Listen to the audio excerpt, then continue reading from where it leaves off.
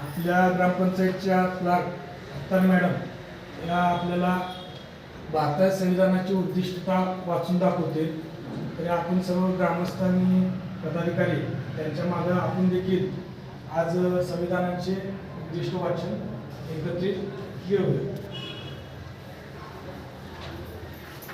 सर्वांनी आम्ही भारताचे लोक भारताचे एक सार्वभौम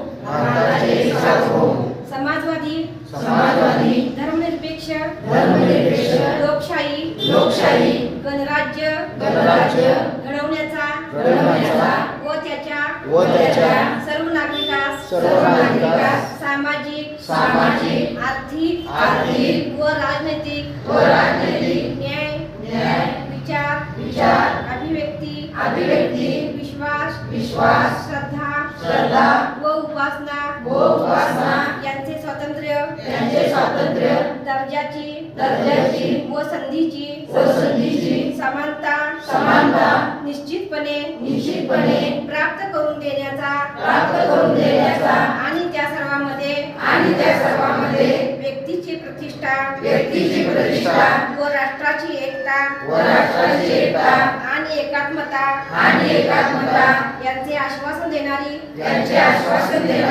बंधुता प्रवर्धित करण्याचा संकल्पपूर्वक निर्धार करून याद्वारे हे संविधान अंगीकृत आणि अधिनियम करून स्वतः प्रत अर्पण करीत आहोत.